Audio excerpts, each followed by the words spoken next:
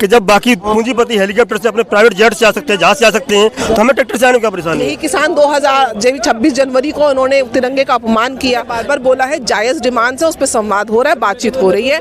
MSP पे legal अगर कानून लाना होता तो स्वामीनाथन रिपोर्ट 2006 में आई थी।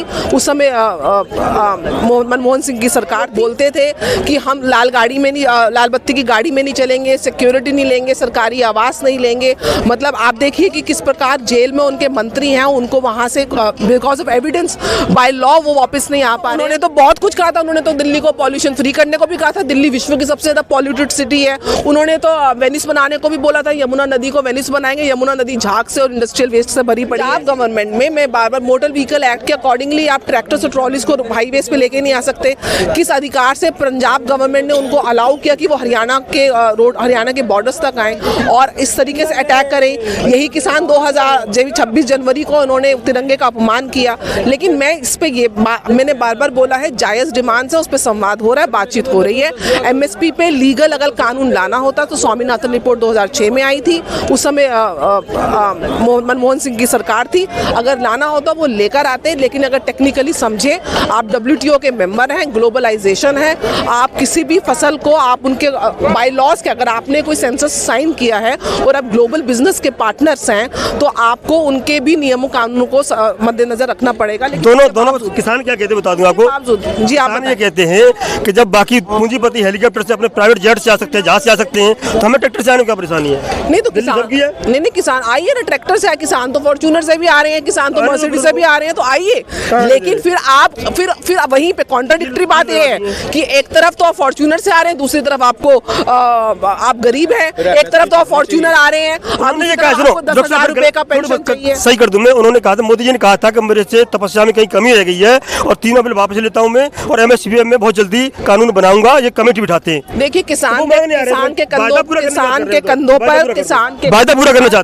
के कंधों पर जो देश विरोधी ताकतें हैं वो बंदूक चला रही हैं, क्योंकि खाली पंजाब का किसान नहीं है, किसान देश में हर राज्य में है। लेकिन खाली पंजाब के किसान क्यों प्रोटेस्ट कर रहे हैं, ये सब जानते हैं कि खालिस्तानी मूवमेंट यहाँ पे ट्रिगर कर रही है, ये सब जानते हैं। सारे देश के किसान हमारे साथ। CIA से केजरीवाल जी ने, जो पंजाब में सरकार बैठी हुई है आम आदमी पार्टी की, CIA की ऑर्गेनाइजेशन है, फॉर्ड ऑर्गेनाइजेशन, उससे फाउंडेशन से उन्होंने डोनेशन मिल रहे हैं, वोट मिल रहे हैं, डोनेशन ली है। वोट इसलिए मिल रहा है क्योंकि आप देखिए पंजाब को दिल्ली में मिल रहा है। नहीं, दिल्ली में मैंडेट मिला, मैं उसको छोटी जान के शेयर कर दूं आपको मैं, जहाँ पे लुटेन जोन है आपका, सारे मंत्री प्रधानमंत्री सब रहते हैं यहाँ पे। वहाँ से भी जो विधायक है ना आम आदमी पार्टी का है, तो वहाँ के जो कर्मचारी है ना, उनके कर्मचारी भगवंत मान कहते हैं, कर्मचारी वोट हमें देते हैं। भगवंत मान जी देखिए, दिल्ली ने उनको मैंडेट दिया, सराखों पे बिठाया, लेकिन दिल्ली ने उनके जो भी उनकी विचारधारा थी, जो वो केजरीवाल जी बोलते थे कि मैं कट्टर ईमानदार हूँ, लेकिन कहीं ना कहीं आज 10 साल में दिल्ली कहीं ना कहीं आईना दिखाएगी। क्योंकि मैं समझती हूँ जो लोग बोलते थे कि हम लाल बत्ती की गाड़ी में नहीं चलेंगे, सिक्योरिटी नहीं लेंगे, सरकारी आवास नहीं लेंगे। मतलब आप देखिए कि किस प्रकार जेल में उनके मंत्री हैं, उनको वहां से because of evidence by law वो वापस नहीं आ पा रहे हैं। शराब का घोटाला, शिक्षा नीति का घोटाला, नकली दवाइयों का घोटाला, मतलब नकली उन्होंने पेशेंट्स बना दीजिए, मोहल्ला क्लिनिक का फेलियर, यमुना का पॉल्यूशन का, आज जल बोर्ड डूबा पड़ा है, आज इलेक्ट्रिसिटी को उन्होंने लॉसेस में लेकर आ गए। दिल्ली को जो बुरी हालत करी है, अगर मैं तो कहती हूँ दिल्ली यूनियन टेरिटरी ना होती और आदि वोट क्यों दे रहे हैं उनको, वोट दिल्ली में जिस प्रकार से वोट तो अभी आएगा ही। दिल्ली ने अभी भी देखा कि MCD में उनको लाके देखा, उसके बाद भी दिल्ली जिस तरह से गंदगी के 4 साल के अंदर हम पहाड़ बने ना कूड़े के, 27 साल में नहीं हटा पाए, बीजेपी हम हटा देंगे। उन्होंने तो बहुत कुछ कहा था, उन्होंने तो दिल्ली को पॉल्यूशन फ्री करने को भी कहा था, दिल्ली विश्व की सबसे ज्यादा पॉल्यूटेड सिटी है। उन्होंने तो वेनिस बनाने को भी बोला था, यमुना नदी को वेनिस बनाएंगे, यमुना नदी झाग से और इंडस्ट्रियल वेस्ट से भरी पड़ी है। तो बीजेपी ने कहा था कि गंगा जी 100 दिन साफ कर देंगे, बीजेपी ने कहा 100 दिन गंगा जी साफ कर देंगे। नहीं, बीजेपी की अभी तो उनकी सरकार है ना, अभी तो हम केजरीवाल केंद्र में किसकी है, लेते हैं, केंद्र में उनकी सरकार है। लेकिन जब PWD उनके हाथ में है, PW वाराणसी, PW अब मैं तो अभी अयोध्या से भी आ रही हूँ, मैं बनारस से भी होके आ रही हूँ, जो वहाँ पे छोटे शहर का कायाकल्प है वो देश की राजधानी का नहीं कर पाए हैं। आज देश की राजधानी कचरों के ढेर से भरी पड़ी है, पूरे भ्रष्टाचार का जो कंधा है वो केजरीवाल जी के उसमें संबंध से भाग रहे हैं। अरे भैया, इतने निपाक साफ होते तो संबंध से क्यों भागते? आप जाइए, आप एनकाउंटर करिए, आप मनी ट्रेल बताइए कि 350 करोड़ का शराब नीति में मनी ट्रेल को आप जस्टिफाई करिए। आपके नेता क्यों बाहर नहीं आ रहे हैं? एक के बाद एक आपके नेता अंदर है। विपक्ष को जानबूझ के अंदर किया जा रहा है। विपक्ष को अगर जानबूझ के, एक तरफ तो जब कोर्ट का फायदा आपके फेवर में आता है तो ठीक है, अदरवाइज लोकतंत्र की हत्या है। आप विपक्ष को क्यों कोई अंदर करेगा? आप अगर बिना आग के धुआं उठता नहीं है, कोई घोटाला किया होगा आप उसको करिए, जस्टिफाई करिए। सत्ता पक्ष अभी तो ये बोलते थे अपने टाइम पे कि लोकपाल लाएंगे, कहाँ गए लोकपाल? ये बोलते थे आरोप लगने से पहले आप बर्खास्त कर देंगे। आरोप भी लग गया है, बीजेपी के साथ पैक्ट हो गया उनका, वो तो कह रहे 7 सीट हमारी है। देखिए, बोलने को तो किसी का टैक्स लगता नहीं है। अभी तो जनता बता देगी चुनावों में 7 सीटें कैसी हैं। अभी तो 7 सीटों में बीजेपी के एमपी कायज हैं, तो अभी किस आधार पे बोल रहे हैं 7 सीटें हमारी हैं? एमएलए उनके, एमसीडी मेंबर उनके। कोई बात नहीं, एमपी के फिलहाल तो हम 2024 चुनाव की बात कर रहे हैं।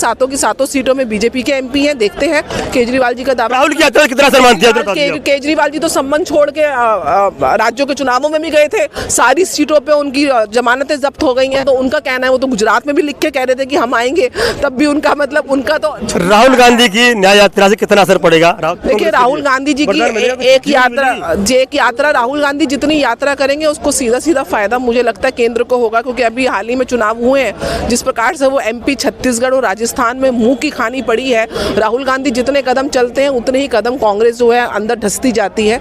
तो ये सोचने की बात है कि अगर नेतृत्व परिवारवाद के अधीन रहेगा तो मतलब परिवार से बाहर है ना। एक 55 साल का युवक अगर बार लॉन्च होने के बाद भी, इस पे एक पारिवारिक पृष्ठभूमि के आने के बाद भी, अमेठी उनकी खानदानी कॉन्स्टिट्यूएंसी है, उसका विकास ना करने के बाद भी, रायबरेली से बाहर जाने के बाद भी अगर वो विकास नहीं कर पा रहे, तो इस कांग्रेस को सोचना चाहिए कि कांग्रेस में और भी योग्य नेता होंगे, लेकिन परिवारवाद के काला चश्मा इन्होंने खड़गे जी को बनाना। जैसे तो मनमोहन सिंह जी को भी प्रधानमंत्री बना दिया था, लेकिन पीछे सरकार कौन चला रही थी ये आप भी जानते हैं, हम भी जानते हैं। ऐसा डमी खड़ा कर देना और नेतृत्व को पूरे सम्मान के साथ आगे बढ़ के काम करने देना, वो बीजेपी शासन ने दिखाया है। किस प्रकार से एक चाय वाले का बच्चा आज अपने काम के दम पर मिट्टी से उठकर अगर आज भारत का नेतृत्व कर रहा है, तो विश्व का नेतृत्व, विश्व में सबसे ज्यादा हाईली पॉपुलर लीडरशिप अगर मोदी जी की मानी जाती है तो केवल उनकी योग्यता के दम पर मानी जाती है, और निश्चित रूप से वो योग्यता किसी परिवार। राहुल गांधी कहते हैं पढ़े लिखे नहीं है, मेरे बराबर ही नहीं है, सर क्या नाम है, केजरीवाल कहते हैं जो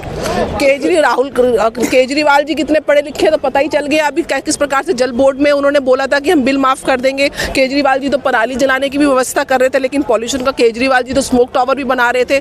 टेक्निकली केजरीवाल जी कितने साउंड है, अभी उनको बोल देना एक अलग विषय है, लेकिन किस प्रकार से उनकी सारी योजनाएं एक के बाद एक फेल होती गई हैं, वो दिल्ली देख रही है। मेन जो है लोकसभा की जो सीट आती है, सीट आती है यूपी से। यूपी में सपा का और कांग्रेस का गठबंधन हो चुका है, और वो कह रहे हैं हम पूरी सीटें जीत रहे हैं। यूपी में सपा और बसपा का भी गठबंधन हुआ था, और उस समय तो मायावती जी की पोजीशन भी स्ट्रांग थी, लेकिन उसके बाद भी वो सबसे बड़ा गठबंधन यूपी में जो हुआ उसके बाद भी वो जीत नहीं पाए। देखिए, जनता जो है, आप गठबंधन कितना करिए, पैकेजिंग नहीं कर लीजिए, लेकिन प्रोडक्ट तो वही है। जनता विवेकशील है, जनता जानती है कि विकास की धारा के साथ उनको किस सरकार ने जोड़ा है। जो लाभार्थी हैं, उनको जिनको लाभ मिला है, जिन यूपी की महिलाओं को 3 तलाक से आज़ादी मिली है, जिनके घर नल से जल आ रहा है, जिनको छत मिली है, जिन्होंने कभी सपना भी नहीं सोचा था प्रधानमंत्री आवास योजना के, जिनको उज्ज्वला योजना से माध्यम से मिला है। आज इंफ्रास्ट्रक्चर यूपी दूसरी बड़ी स्टेट बन चुकी है, जहाँ पे लोग इंडस्ट्री लगा रहे हैं, यहाँ तक कि बॉलीवुड वहाँ पे इन्वेस्ट कर रहा है। बाहर की कंपनियाँ, फॉरेन इन्वेस्टमेंट्स यूपी के अंदर आ रही हैं, तो यूपी के अंदर रोजगार बढ़ा है। आप यहाँ पे नोएडा नोएडा सबसे ज्यादा विकास हमने किया था, कि वो समाजवादी पार्टी अखिलेश यादव कहते हैं यूपी में सबसे ज्यादा विकास हमने किया था। पहला रोड मायावती ने, दूसरा रोड उन्होंने बनवाया था। हाँ, तो 2 रोडें उन्होंने बनाई है, लेकिन उसके बाद उनको मेट्रो सबसे ज्यादा उन्होंने बनाई। उनको वापसी की रोड किसने सिखाई है? वो भी तो जनता ने दिखाई है। अगर उन्होंने विकास किया होता और जनता उसको रिकॉग्नाइज करती तो वोट देती। वोट क्यों नहीं मिला है? डॉक्टर साहब, विकास में वोट मिलता है, राजनीति कभी नहीं हारती। देखिए, ऐसा है, विकास सारी सरकारें किसी स्तर तक करती हैं, लेकिन जिस स्केल के साथ, जिस गति के साथ